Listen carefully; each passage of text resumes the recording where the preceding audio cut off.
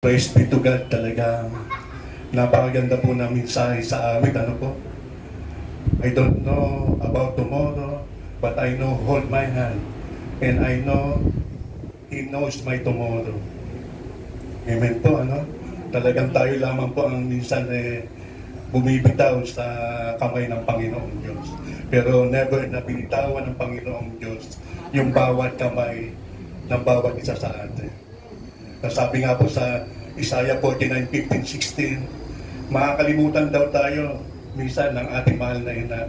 Pero yung Panginoong Diyos ay nakaguhit sa kanyang palad yung bawat pangalan po natin. Talagang naiinggit po ako pag nakakadinig ako ng magandang umawit. Ano po? Mataas yung boses. Kasi naalala ko po nung last April, bago kami bumalik dito ng Pilipinas, pinagkalooban kami ng Panginoon na mag-render kami ng aking mahal na kabiyak doon ng isang awit. Tayo naman, hindi tayo pwedeng tumanggi, ano po. Basta sinabi, awitan mo ko. Ang Panginoon naman, hindi naman namimili kung sintonado yung boses mo o hindi. Di tayo kami ng aking mahal na kabiyak.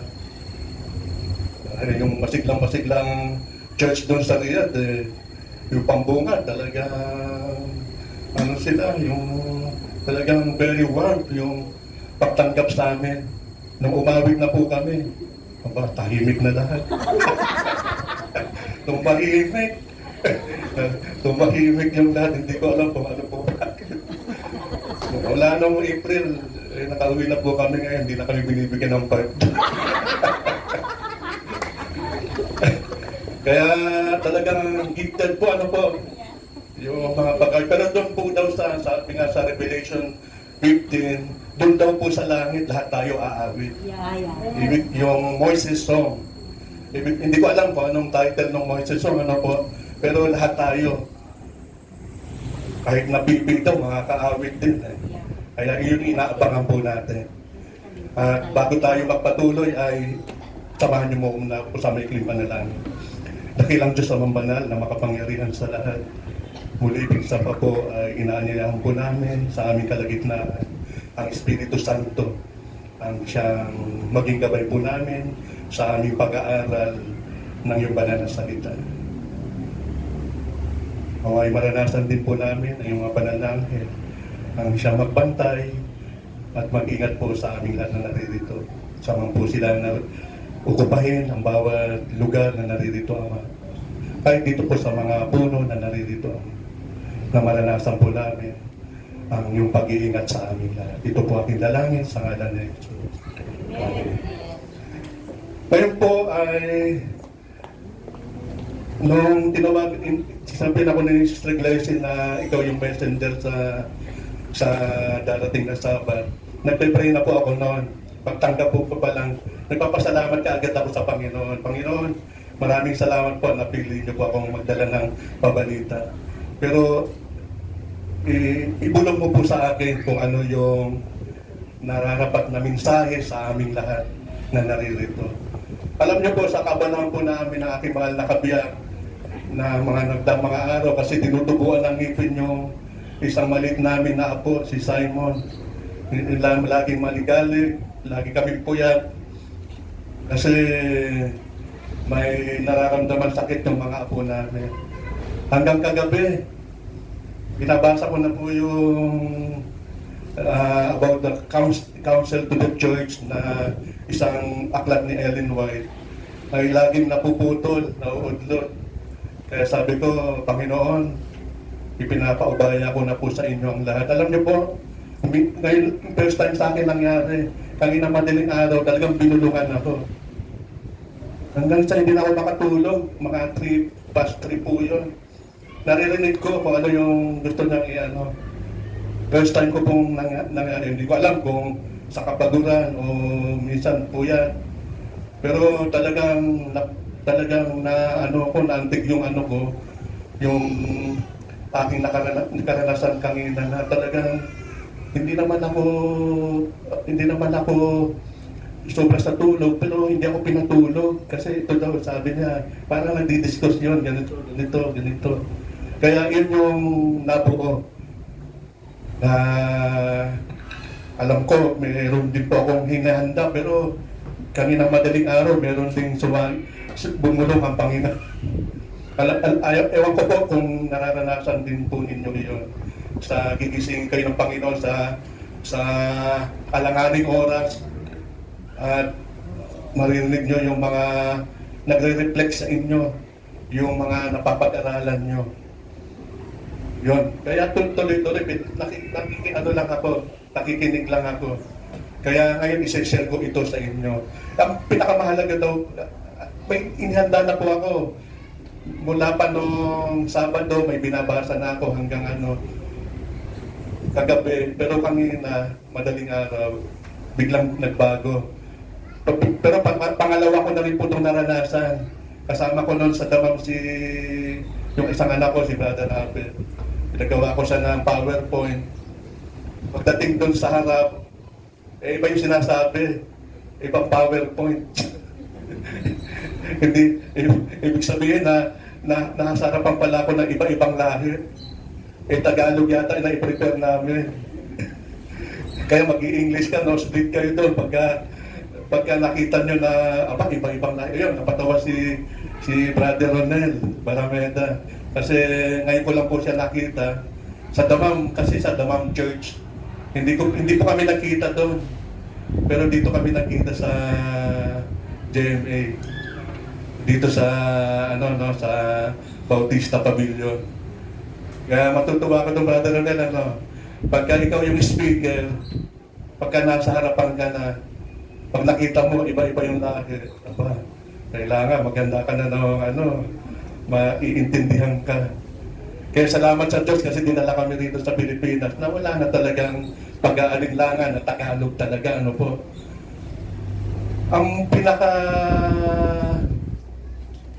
ayon po doon sa aking napakinggan na mensahe kanina ay yung pinakamahalagang tatlong aspeto po ng pagtanggap natin sa Panginoong Yesus. Lahat naman po tayo dito, tinanggap natin ang Panginoong Yesus bilang tagapagligtas, po. Pero nalalaman po ba natin, naalala po ba natin kung ano ang tatlong pinaka-main na magdadala sa atin doon sa pangako ng Panginoong Yesus na kaligtasan. Ligtas na po tayo. Pero pinangahawakan po ba natin ito ngayong huling panahon na ito? Nasabi nga po sa awitin, hindi natin alam yung bukas. Ngayong panahon na ito, na nasa gitna tayo ng krisis, na may darating pang mga krisis, mga kapatid. Tatlong krisis na po ang pinamumuhayan natin ngayon. Unang-una, mula pa noong 2020, yung pandemya. At yung biglang pagkamatay ng ating mahal na kapatid. Pangalawa, yung gera na hanggang ngayon nagpapatuloy po. Na marami tayong kapatiran doon sa Ukraine at saka sa Russia. Maraming Seventh-day Adventist po doon. Doon sa dalawang bansa na yon na nagkakaroon ng gera. Na isasama ba natin sila sa panalangin? Ikatlo po, yung nagtataasan na lahat. Yung gasolina nga yata, abot na ng 100 per liter sa ibang lugar. Ngayon po, paano po natin mailalarawan yung kaligtasan na pinagkaloob sa atin ng Panginoon, na sinasabi nga po ng ating Savior noon, nung bago siya ipako sa krus, "Why, Father, why you have forsaken me? Ama, bakit mo po ako pinabayaan?" Minsan sa atin, nauusad din po natin iyon sa gitna ng ating mga matitinding pagsubok na ating nararanasan. Minsan na inuusad natin, Panginoon,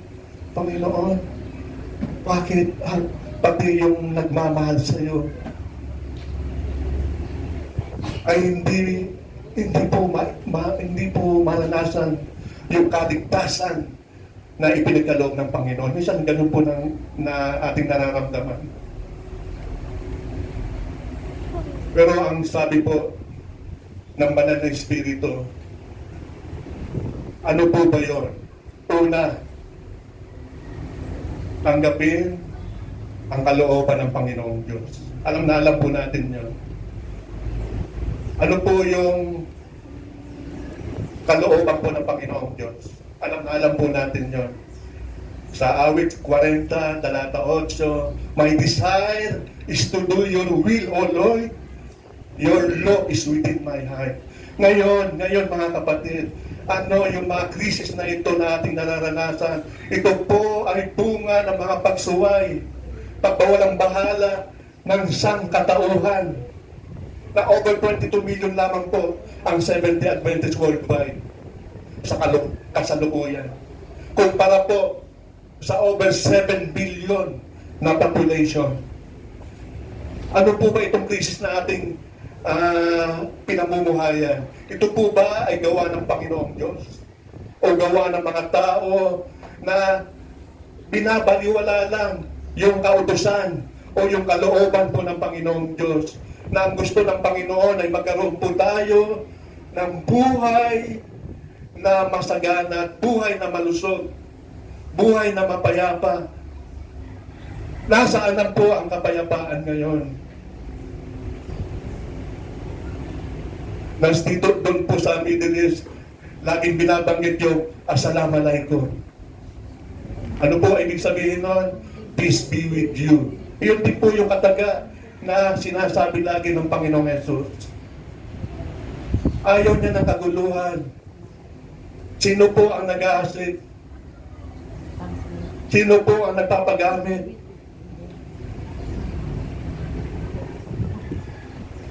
Kaya ayaw man natin itong mangyari, ay wala nga tayo talagang sabi nga po ng Panginoon, this world is not our home.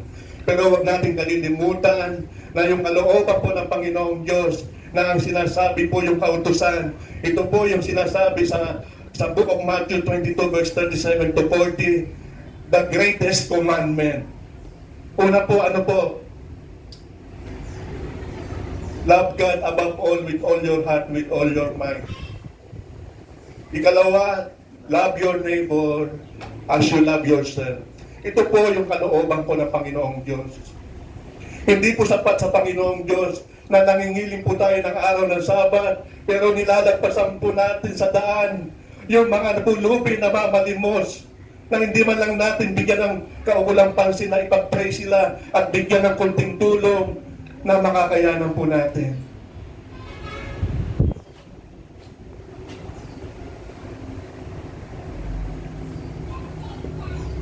Sapat po ba yun? Na tuwing araw ng Sabat naririto tayo, tuwing evening and morning worship ay naririto tayo, pero hindi tumatatak yung pagganap natin sa kalooban ng Panginoong Diyos. Marami pong naghihirap sa mga paligid. Natutuwa po ako. Hindi naman po ito sa aking pamilya, kundi nakita ko po, naranasan ko po sa amin, hindi ko na babanggitin ang pangalan, sa aming mga anak, manugang, na meron po, minsan 3 beses ang linggo, 2 beses, na nagpapakain po sa batang kalye. Na hindi po nararanasan nila na arugain sila, pakainin sila ng kanilang mga magulang sa sapat na oras.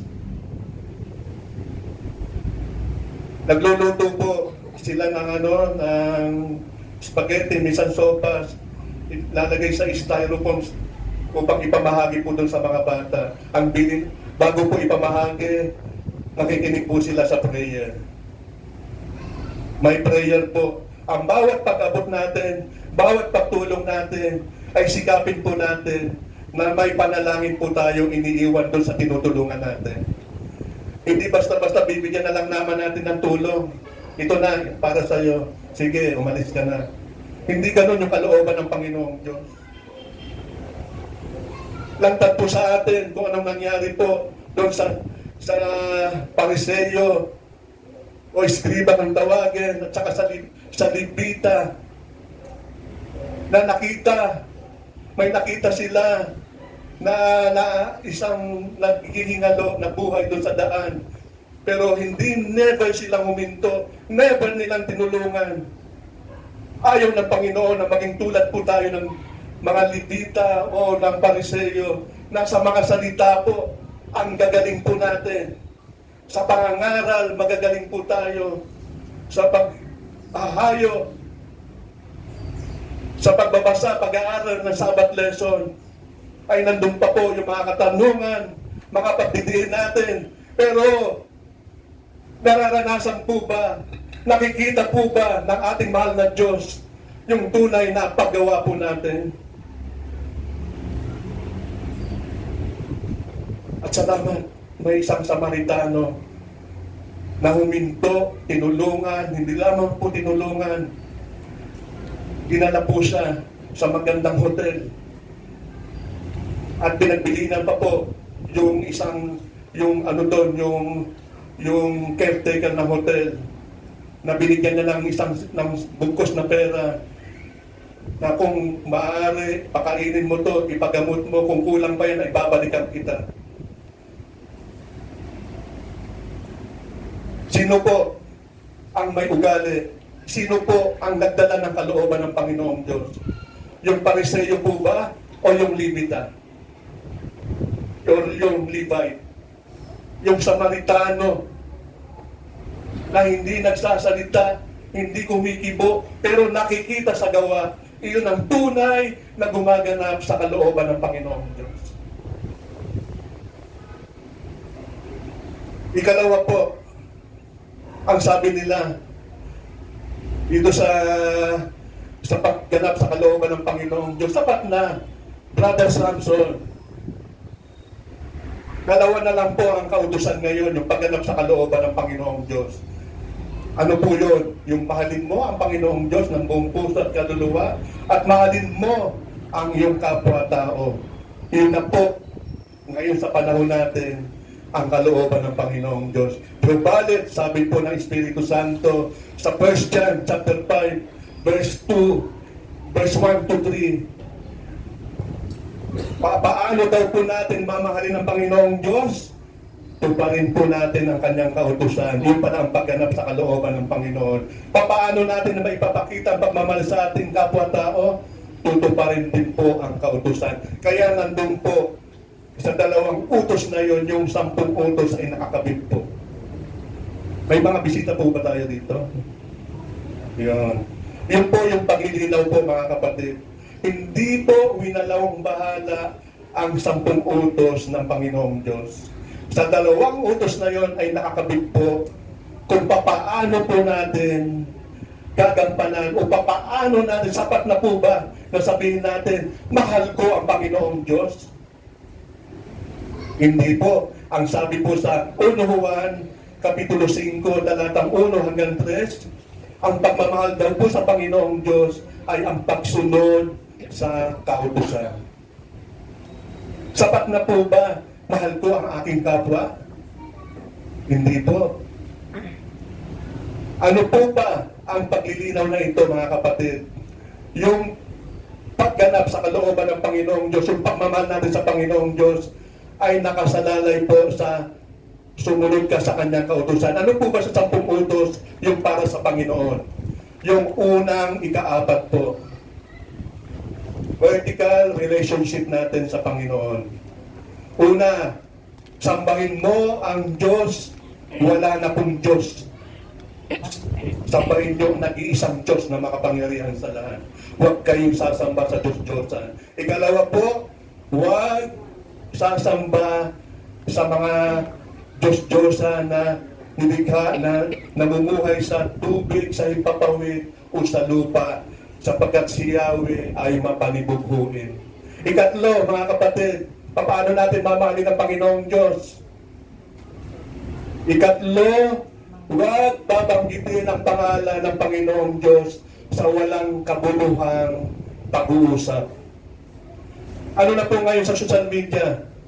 Bawal yung Kaya patuloy ang pandemic ay hindi nasasawata ang gumamit ng OMG. Walang pakundangan nilang ginagamit yung pangalan ng Panginoon sa walang kabuluhang pag-uusap. At ikaapat po, ano po yung pagmamahal sa Panginoong Diyos? Alalahanin at ipangilin ang araw ng Sabat. Ito po yung vertical relationship natin sa Panginoong Diyos. Ang mahal, pakita natin, hindi sapat sa mga anak ng Panginoong Diyos na sabihin lamang mahal ko ang Panginoong Diyos, pero hindi naman natin alam kung paano natin maipapakita, mapaparamdam sa Panginoong Diyos na mahal pa, na tunay nga na mahal natin siya. Ito po, tandaan nyo, yung apat na yon. At yung sa kapwa-tao po, ano po, yung nalalabing-anim na utos, yun po yung pagmamahal natin sa kapwa-tao. Una, ano po, igalang ang mga magulang. Sumunod, yun na, huwag kang papatay, huwag kang magnanakaw, huwag kang mangangalunya, huwag kang magsisinungaling, huwag mong pag-iimbutan ang pag-aari ng iyong kapitbahay. Malinaw, ano po?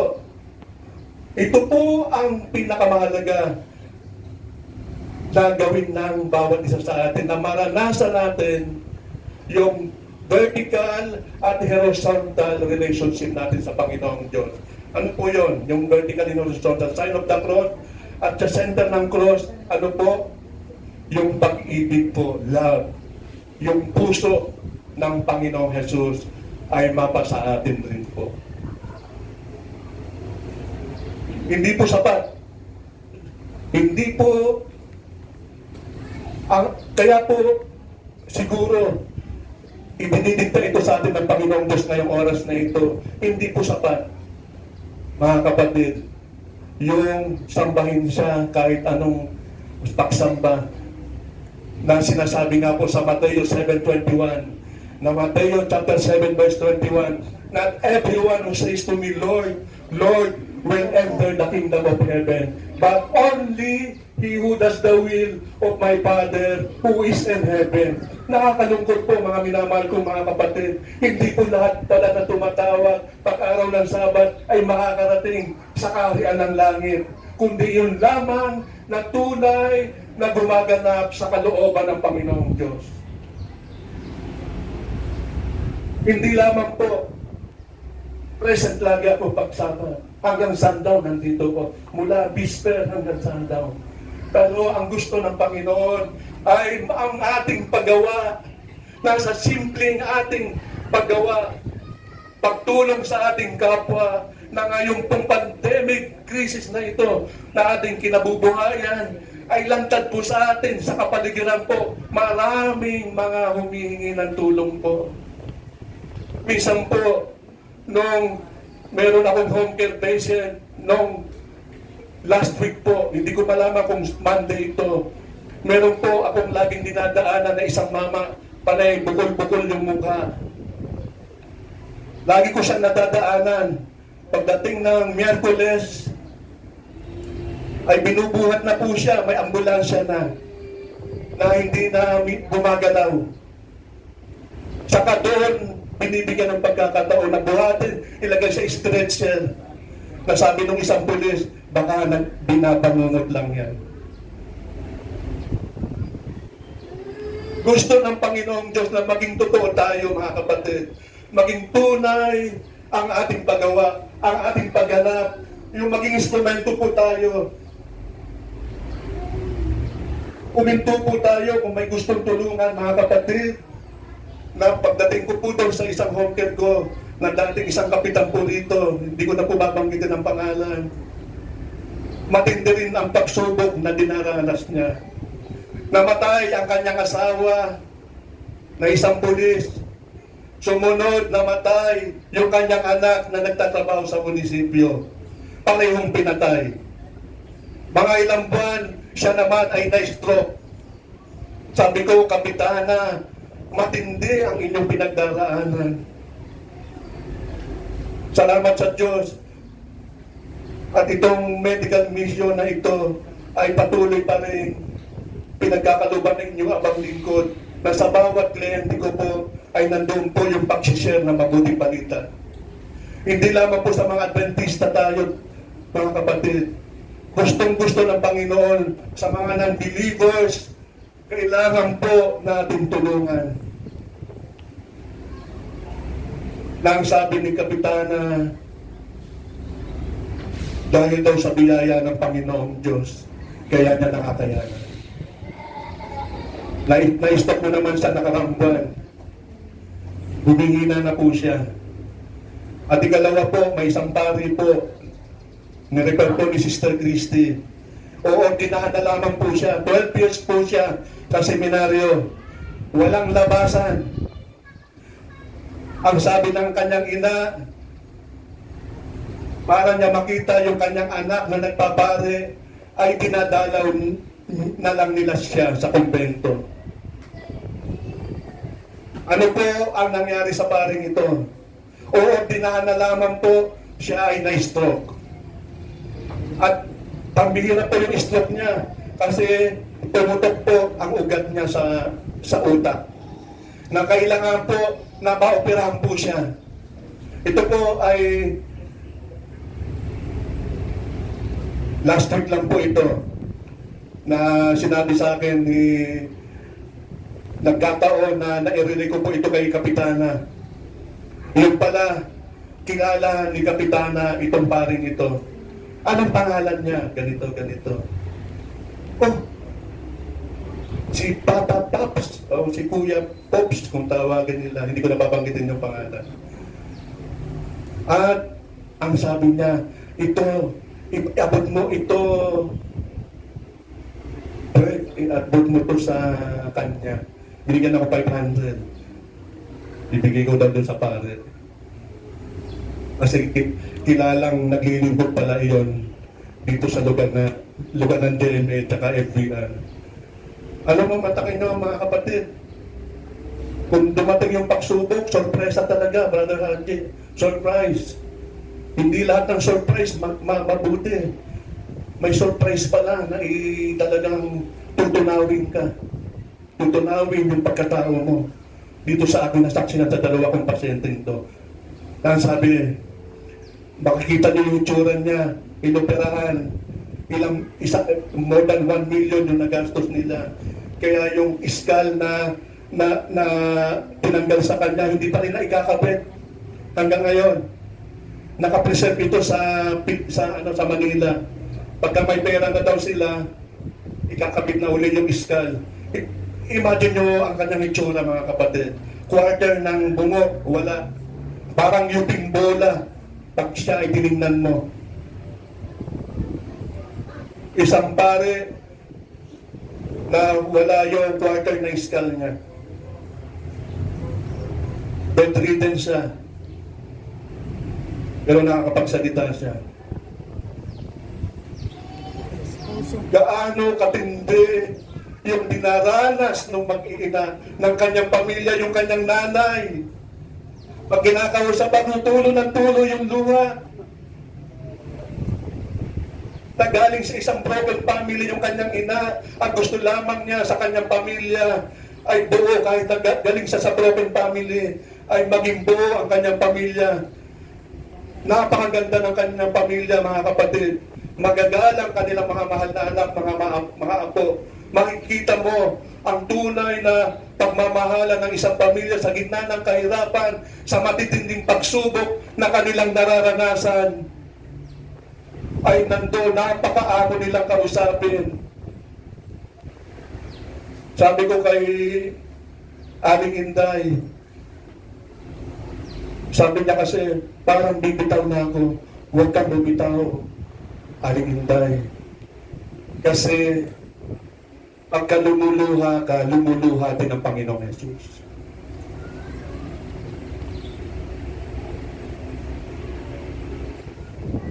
Alam niyo mga kapatid, ang sabi niya, hulog ka ng langit sa amin. Sabi daw, hulog daw ako ng langit. Eh, pag bumagsak ko sa bubungan nila, sigurado bagsak ko. Binibiro ko na lang sa'yo kasi ang reaction nila, hulog daw ng langit. Hindi po. Dahil sa panalangin nyo ay nararanasan nyo lagi ang kagandahang loob ng Panginoon Diyos. Imbis na mataas yung sinisingil ko, ipinaba ko po yun. Ang laking pasalamat po nila. Kasi marami pumupunta ron, pinipresyo ang agad sila. Ganito ang aming presyo. pagka-hunger ganito, pagka-stroke ganito. Ito yung katotohanan, mga kapatid, na talagang matindi. Isipin nyo, imagine nyo, mga kapatid, na talagang matindi ang itong dalawang aking kliyente ngayong week na ito. Talagang matindi ang kanilang pinagdaraanan, pero lakas loob pa rin sila na humaharap sa hamon ng buhay.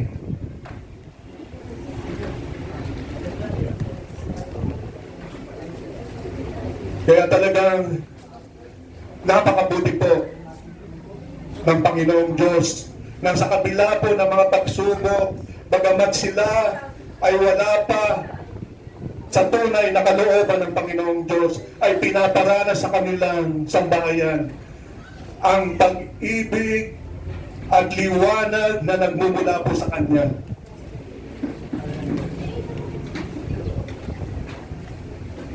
Kaya, ikalawa po, mga kapatid, para maranasan natin yung kaligtasan na ipinagkakalob sa atin ng Panginoong Diyos. Ikalawa, ano po? Sa 1 Thessalonians 4:3 po, basahin po natin. Magbasa po tayo. Sa 1 Thessalonians 4:3 po.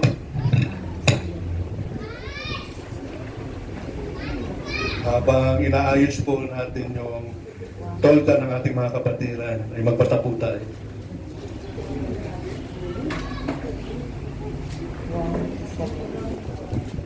1 Thessalonians chapter 4 verse 3 po. Sister Edwina, baka Tagalog po yun. Mas maganda po yata sa Tagalog. Chapter 4 verse 3. Okay. Ako na lang po magbabasa po sa King James. Ito po, ano po, sa book of 1 Thessalonians chapter 4 verse 3.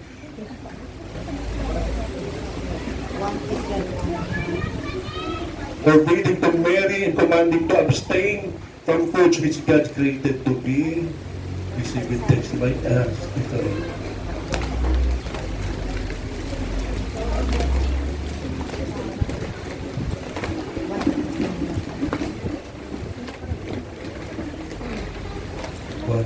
One Thessalonians. 1 Timothy na buksan ko. Sorry. 1 Thessalonians chapter 4 verse 3. For this is the will of God, your sanctification. Ito po, mga kapatid, na lantaran po, maliwanag po ito sa ating iglesia. Nasa panahon na po tayo ng sanctification period mula pa po noong 1844. Ito po, pagkatapos na ganapin natin ang kalooban ng Panginoong Diyos, maranasan po natin na ma-sanctify po tayo. Na ang sabi po rito, for this is the will of God, your sanctification, that you should abstain from sexual immorality. Ano po? Sanctification po. Ito po ang nais ng Panginoon na sa paggawa natin ng kalooban niya ay maranasan po natin na nahuhubog unti-unti ang ating pagkatao. Nababago po ang ating mga karakter. Nasabi nga po sa awit ni Mr. Josie Kangina, we don't know about tomorrow. I know who holds tomorrow, but I know who knows tomorrow, and He holds my hand. Ito yung gusto ng Panginoon, na sa bawat sandali, hindi po every Sabbath, every day, and every moment of our life, kailangan po maranasan natin na nahuhubog tayo unti-unti yung ating karakter. Na yung karakter po, doon sa krus, doon sa ating Savior, ay mapasa atin din po. Naparito ang Panginoong Hesus, hindi po sa mga banal. Naparito ang Panginoong Hesus, kundi iligtas ang mga makasalanan. Kaya't hinihintay po tayo sa ating paggawa ay nahuhubog tayo. Bakit po? Nandun yung itataas natin ang pangalan po ng Panginoong Hesus sa pag-aabot natin ng tulong ay makikita natin na itinataas natin, hindi po galing sa akin yan. Galing po yan sa Panginoong Jesus. Halika, manalangin tayo. Ganun po yung tunay na paggawa. Hindi naman tayo, wala namang politika sa atin dito. Ano po? Hindi tayo politiko, tayo ay manggagawa lamang po ng Panginoong Diyos. Nang sa bawat paggawa natin, ay tinataas natin ang kanyang pangalan. Sa buhay at kamatayan, ito nararanasan namin ito ni Brother Ronel doon sa Saudi Arabia. Talagang buhay at kamatayan po ang pangangaral po doon ng mananasalita ng Panginoong Diyos. Pero sa ating churches, at praise God po, binabalita ko pong muli, yung small group doon, yung dating small group, doon sa Hupog, sa Alhasa, na naging, katulad po nito, naging company. Via Skype, na-install po ito ng Goldfield, via Skype, ni Pastor Stephen Manoka, noong 2019, January 2019. Ngayon po, ay church na po sila. At may nagaganap ngayong camp meeting doon. CM7, camp meeting number 7 na po. Ang host po, ito pong Alhasa Church. Pinangalanan ko na kasi hindi naman tayo naka-FB Live. Alhasa Church ang nag-host po ngayon doon sa programa natin sa Middle East na pinagsasamahan po ng Jeddah, Al-Khobar, Riyadh at iba-iba pang lugar doon sa Saudi Arabia. Ngayon pong oras na ito, ngayon, at mula kahapon hanggang ngayon, ay nandoon po sila sa lugar na yon na ang nag-host na po ay Alhasa Church. Darating din po ang panahon, itong Gabriel Group of Believers ay magiging church na po. And God willing po, by God's grace. Hindi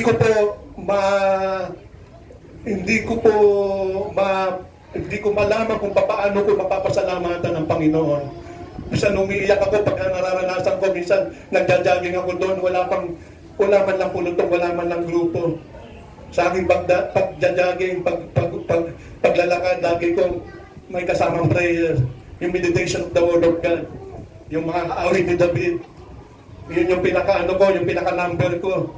Sa bawat pag-ikot ko doon sa paligid na yon, hindi ko akalain na ngayon sa panahon na iyon, sa panahon ng pandemic ay magkakaroon ng church doon. Talagang tunay na kaibuti ng Panginoon. Kung wala ang Espiritu Santo, walang church doon. Doon ko napatunayan na doon ang Panginoong Jesus. Kasi kung walang Panginoong Jesus, hindi mabubuo yung grupo. Kasi hindi naman tao yung ginagamit ng Panginoon. Ginagamit lamang ang tao na magtanim. Pero yung nagdidilig po ay yung conviction po ay yung Holy Spirit. Napakahirap po doon mga kapatid. Minsan, pinasok kami sa kalagitnaan ng worship namin ng 2 religious police. Nandun yung takot, mga kapatid, talagang takot kasi pagka nahuli ka, pugot ulo. Ganon yung batas doon. Capital punishment, yung nagdadala ng pabalita doon. Pero salamat sa Diyos. Kahit natakot na noon si Brother Sam, sa nakatayo ko sa pulpito, nandun pa rin ako sa pulpito. Nandun pa rin. Patuloy pa rin. Kasi para hindi magtulasan din yung mga nakikinig sa iyo. Kasi pag nagtago ka, tataguan na rin yan. Pero tuloy-tuloy pa rin. Hindi ko alam kung paano yung lakas na binigay sa amin ng Panginoong Diyos. Na after 30 minutes po, yung 2 mutawa po, na tinatawag na mutawa, yung nanguhuni po doon ng mga nangangaral. May kinausap na Pilipino doon sa may pintuan. Pagkatapos nung service namin, sinabi namin, ano ang sabi, Kuya Ted? Yung Kuya Ted na yon ay isang born again na naging Adventist na po. Isang sundalo po siya rito. Active na sundalo, hindi alam ng kanilang opisya nasa Saudi siya. 3 yung asawa niya. Hindi ko na po anin yun. Basta, ang sabi na lang sa kanya, akala namin, umiinom kayo at nagsusugal kayo. O kita mo, hindi po malaki kung paano hipuin ng Panginoong Diyos yung dalawang religious police. Matindi yung paghuli noon. Pero ang sabi na lang, kala namin, mayroon kayong alak o nagsusugal kayo. Pero kung natakot kami noon, huli na kami noon. Kasi alam nila, ba't ka natakot? May ginagawa kayong kasalanan. For God's glory, kaya itong testimony na ito, personal testimony, tinuruan kami doon sa Middle East ng Panginoong Diyos na mawala yung takot sa puso namin kapag ka hinahayag namin ang pangalan po ng Panginoong Jesus. Kaya dito, pag tayo, walang takot kasi hindi naman si Brother Samson yung ihahayag ko ang Panginoong Jesus.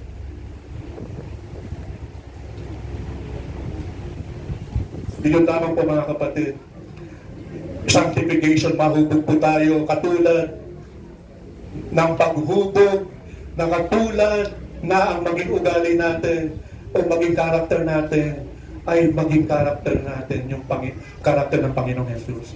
Ano po yung transcript? The very transcript character ng Panginoong Jesus, yung 10 utos pa rin. Iniingatan tayo ng 10 utos. Alam naman natin, pagpunta namin doon sa Middle East, hindi naman namin alam kung ano yung ano nila, yung Sharia law o yung sulat doon sa Quran nila. Pero wala kami nalaban kasi yung 10 utos nandun sa puso't isipan namin.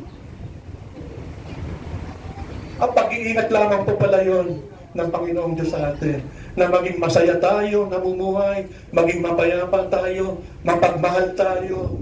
Ganun yung gusto doon sa kalooban ng Panginoong Diyos.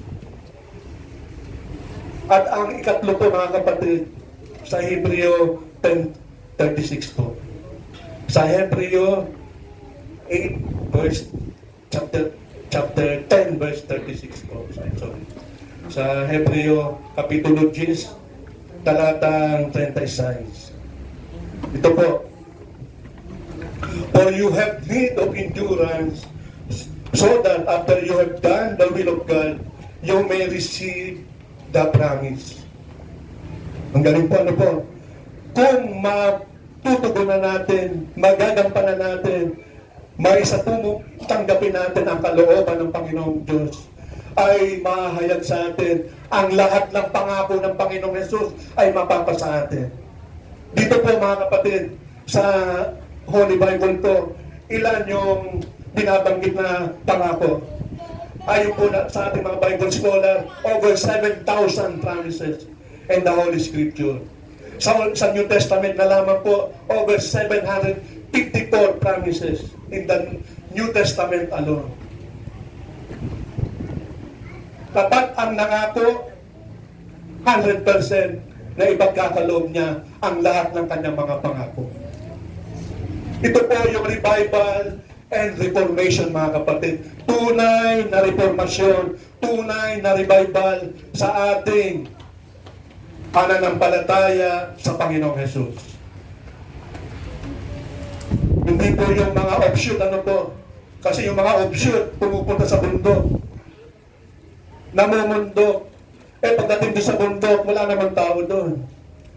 Sino yung hahayuan nila? Sino yung tutulungan nila? Ang tunay na reformador po ay nagpapasakop sa banal na kalooban ng Panginoong Diyos. Nananatili sa Remnant Church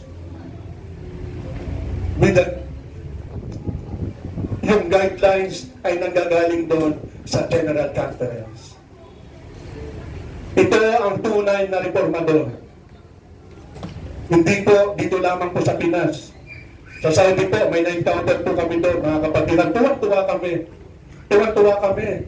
Kasi may nagpupulong doon ng mga Sabadista doon sa isang lugar doon sa Saudi. Tuwang-tuwa kami kasi naghahanap kami ng mga grupo. Pagdating namin doon, iba pala ang katuruan. Sabadista sila, pero reformador. Ang namuna po, dating isang pulis. Ang sabi na lamang po sa amin, sa Middle East Union, Kasi yung church po natin, very systematic po. Sa Middle East Union po, ang sabi, try to gain them back. Huwag niyong babayaan, huwag niyong iiwanan. Ito yung challenge sa amin. Paano makikita yung pag-ibig, pagmamahal mo sa isang kapatid na nasa reformador na maling reformasyon. Salamat sa Diyos kasi pinaranas din sa amin doon sa Saudi. Nakukunti na lamang po kami doon pero meron pang reformador. Kaya salamat sa Diyos. Very concise, very systematic yung ating mga churches. Mayroong overseer mula General Conference dito sa atin, Cavite Mission, sa Middle East Union, ay pare-parehas po. Kung anong lesson natin dito, pare-parehas. Walang kaguluhan, walang confusion. In order po lagi ang church natin. Ngayon po, sa pagtatapos mga kapatid, ay basahin po natin paano tayo dinadala dito sa tatlong pinakamahalagang paksa tungo po doon sa kaligtasan na pangako ng Panginoong Diyos sa ating lahat. Dito po sa Hebreo na ibinigay ni Sister Camina sa 12:14 po. Basahin po natin. Sa aklat ng Hebreo, chapter 12, verse 14, pursue peace with all people in holiness, without which no one will see the Lord. Ano po ang sabi? Kapayapaan at kabanalan. Kung wala po nito tayo, ay hindi po natin makikita ang Panginoong Diyos. Dalawa lamang po, kapayapaan at kabanalan po. Kung wala po tayo nito, ay hindi daw po natin makikita ang ating Panginoong Diyos. Sana po, mga kapatid, ay maranasan natin ang tunay na reformasyon, tunay na revival na hatid sa atin ng Espiritu Santo sa oras na ito. Ito po aking dalangin sa ngalan ni Jesus. Amen.